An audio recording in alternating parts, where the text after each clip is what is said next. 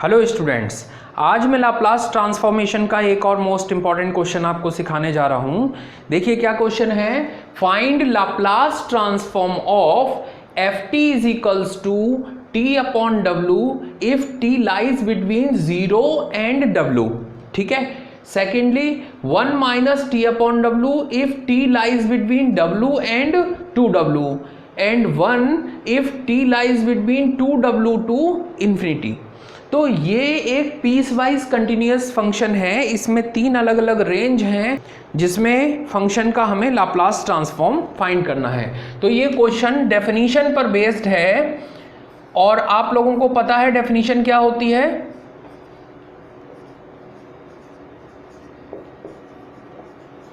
Definition के according जो formula है वो है Laplace transformation of f t is equals to integration 0 to infinity e to the power minus p t f t d t. ये Laplace ने हमें definition में फॉर्मूला बताया हुआ है। तो यहाँ पर रेंज है 0 टू इंफिनिटी। इस पूरी रेंज में ये फंक्शन पीस वाइज कंटिन्यूअस होना चाहिए। तो यहाँ पर आप देखें क्वेश्चन में 0 टू इंफिनिटी रेंज है कंप्लीट और उसके 3 अलग अलग पार्ट हो गए हैं। तो हम क्या काम करेंगे, इस रेंज के भी 3 पार्ट करके अलग इंटीग्रेशन में नोट कर देते हैं।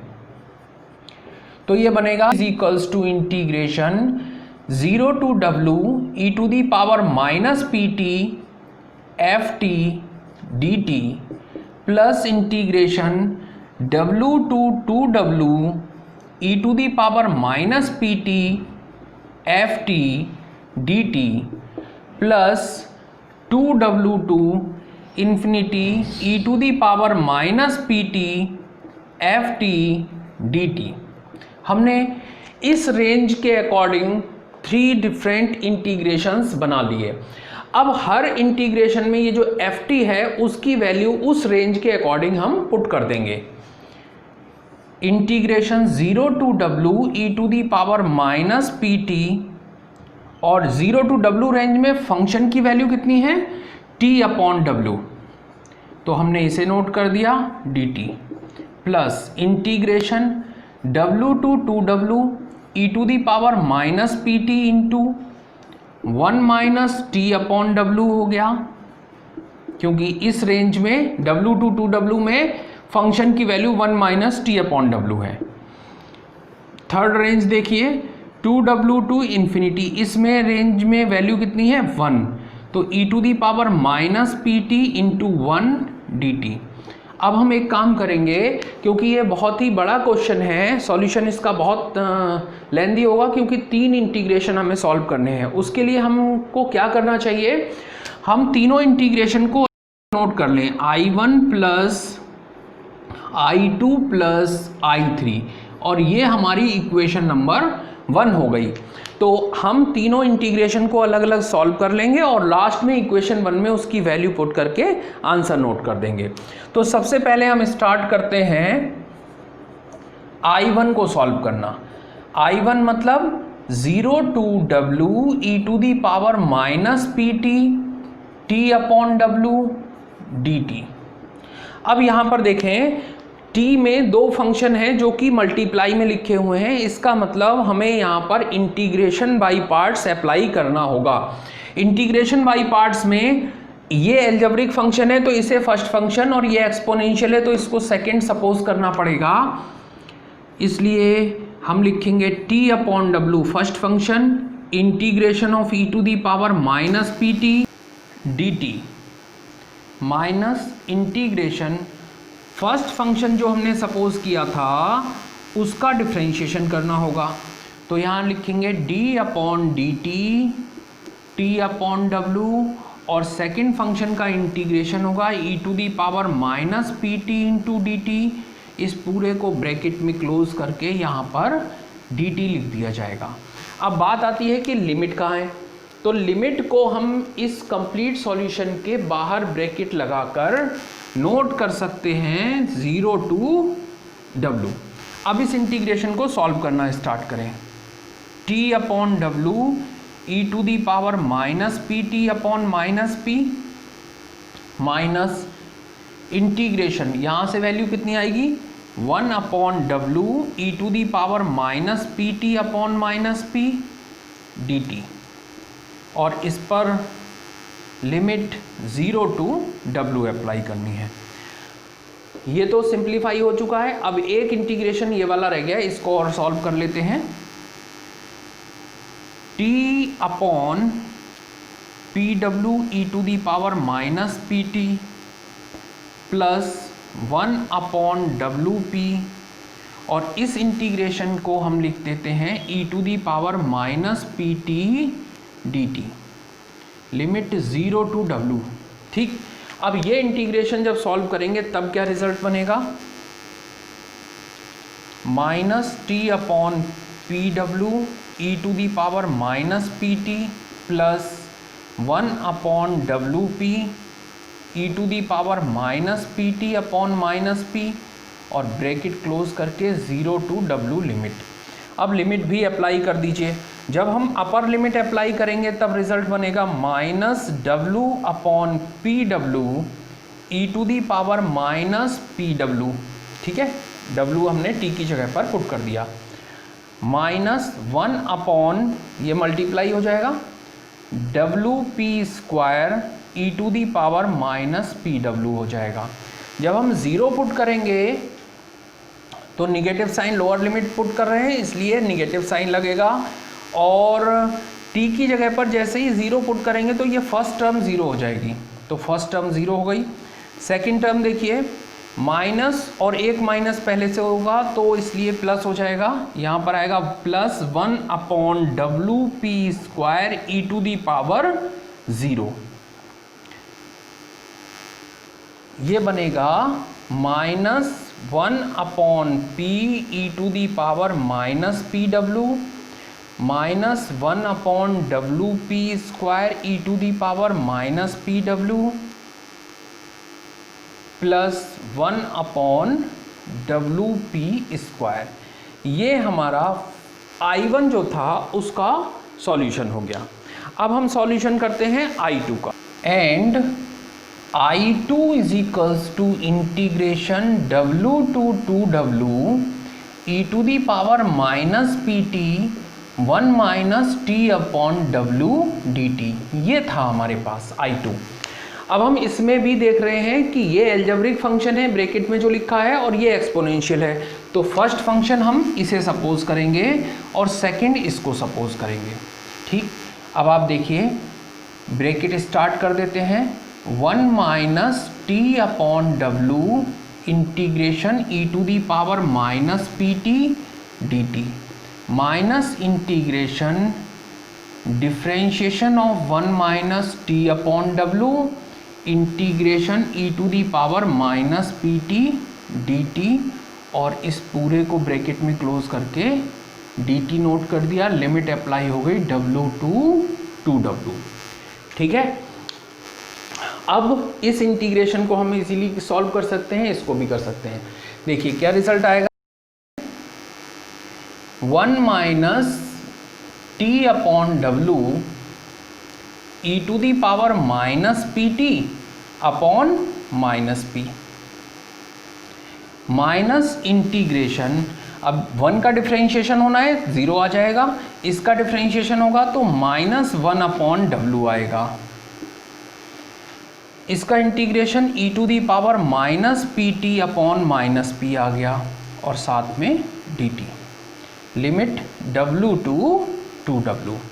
अब हमें क्या करना है, ये माइनस p जो है ये बाहर नोट कर सकते हैं, या चाहे तो यहीं रख सकते हैं। यहाँ पर देखिए माइनस और माइनस ये दोनों प्लस हो जाएंगे, और wp इंटीग्रेशन से पहले आ जाएगा।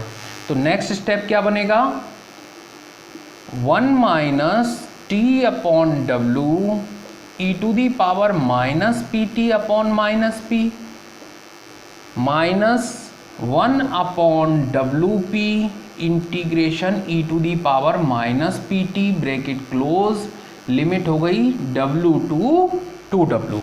अब इस इंटीग्रेशन की वैल्यू कितनी होती है वो नेक्स्ट स्टेप में नोट करेंगे, 1 माइनस टी अपॉन डब्लू e to the power minus p t upon minus p minus 1 upon डब्लू p e to the power minus p t upon minus p W2 2W हो जाएगा। ठीक है, अब ये माइनस इसको प्लस कर देगा और हम लिमिट भी अप्लाई करेंगे। तो t की जगह जब वैल्यू अप्लाई होगी तब क्या रिजल्ट आएगा, सबसे पहले अपर लिमिट अप्लाई करते हैं, तो ये बनेगा 1 minus 2W upon W e to the power minus 2PW upon minus P minus plus हो जाएगा ये 1 upon WP square e to the power minus 2PW, फिर निगेटिव साइन लगाएंगे और लोअर लिमिट पुट करेंगे, तो ये बनेगा 1 minus W upon W e to the power minus PW upon minus P minus ये है और एक माइनस ये है, प्लस हो गया और यहाँ पर लोअर लिमिट अप्लाई कर रहे हैं इसलिए माइनस साइन आएगा, तो 1 upon WP square e to the power minus PW। इसको हम सिंप्लीफाई करते हैं, W से W कैंसिल होकर यहाँ पर -2 आएगा और 1 में से 2 माइनस करेंगे तो -1 आएगा, जो कि इस माइनस को प्लस में कन्वर्ट कर देगा, तो ये हो गया e to the power 2PW upon P। यहाँ पर plus 1 upon WP square e to the power minus 2PW। यहाँ पर देखिए W से W कैंसिल होकर 1 आएगा और 1 माइनस 1 0 होता है, तो इसलिए ये कंप्लीट टर्म 0 हो गई है, इसे हम नहीं नोट करेंगे। 1 upon WP square 1 upon WP square e to the power minus PW। ये सेकेंड इंटीग्रेशन I2 जो था उसका सॉल्यूशन हो गया। अब हमारा थर्ड इंटीग्रेशन क्या था, I3। I3 को सॉल्व करना है तो कितना आएगा 2W to infinity e to the power minus PT dt, क्योंकि यहाँ पर मल्टीप्लाई में 1 लिखा हुआ था इसलिए हम e to the power minus PT लिख देते हैं। इसका इंटीग्रेशन कितना होगा e to the power minus PT upon minus P और इस पर लिमिट अप्लाई हो जाएगी 2W टू इन्फिनिटी। पहले अपर लिमिट यूज़ करें तो e to the power minus infinity upon minus P minus e to the power minus 2PW upon minus P। ठीक है, अपर लिमिट और लोअर लिमिट दोनों हमने पुट कर दी हैं। E to the power minus infinity क्या होता है 0, तो इसकी वैल्यू 0 हो जाएगी। यहाँ से सिर्फ एक रिजल्ट मिलेगा e to the power minus 2PW upon P। हमने I1 I2 I3 तीनों को सॉल्व कर, अब हमें इन तीनों इंटीग्रेशंस की वैल्यू इक्वेशन नंबर 1 में पुट करना है, तो हम नोट करेंगे फ्रॉम 1 में लाप्लास ट्रांसफॉर्मेशन ऑफ ft क्या लिखा हुआ था I1 plus I2 plus I3, तो I1 की वैल्यू, I2 की वैल्यू और I3 की वैल्यू हम तीनों को नोट कर देते हैं। वैल्यूज नोट करने के बाद आप देखिए e to the power minus PW, e to the power minus PW और e to the power minus PW, ये 3 जगह पर दिखाई दे रहा है। E to the power minus 2PW और 2PW ये भी 3 जगह पर दिखाई दे रहा है, तो इनमें से हम e to the power minus PW और यहाँ से e to the power minus 2PW common ले सकते हैं। उससे पहले भी हम एक चीज़ देखें कि 1 अपॉन P हमें सब जगह पर दिखाई दे रहा है, तो सबसे पहला काम हम ये करें 1 अपॉन P कॉमन लेते हैं, तो यहाँ से आ जाएगा minus e to the power minus PW minus 1 upon PW e to the power minus PW, और तीसरी टर्म ये है, इसे भी यही नोट कर लो, minus 1 upon PW e to the power minus PW। ठीक, उसके बाद 2PW वाली टर्म्स नोट करेंगे, plus e to the power minus 2PW plus 1 upon PW e to the power minus 2PW। केवल एक टर्म बची है ये वाली, ये हो जाएगा plus e to the power minus 2PW। अब वो वाली टर्म जिसमें e की पावर नहीं है वो सबसे लास्ट में नोट करेंगे, प्लस 1 अपॉन PW। ठीक है, इन तीनों में आप देखिए ये दोनों टर्म सेम हो गई तो ये डबल हो जाएगी, यहाँ पर ये दोनों टर्म सेम हो गई तो ये डबल हो जाएगी। तो अब हम कॉमन लेते हैं 1/p e to the power minus P W हमने कॉमन ले लिया, तो यहाँ से बचेगा 1 माइनस 2/pw, ठीक है, क्योंकि ये दोनों ऐड हो जाएंगी तो 2/pw बचेगा, प्लस यहाँ पर देखिए e to the power minus 2pw हमने कॉमन ले लिया तो 1 यहाँ से बचेगा, 1 यहाँ से, तो ये हो गया 2 प्लस 1/pw प्लस 1/pw, ठीक है। अब यहाँ पर माइनस साइन बाहर आ गया क्योंकि तीनों टर्म्स निगेटिव थी। ये टर्म निगेटिव है इसलिए हम इसे सेकंड टर्म बनाएंगे, जो पॉजिटिव टर्म है उसे सबसे पहले नोट करेंगे, तो हो जाएगा 1/p bracket start 1/pw minus 1 plus 2/pw e to the power minus pw plus 2 plus 1/pw e to the power minus 2pw।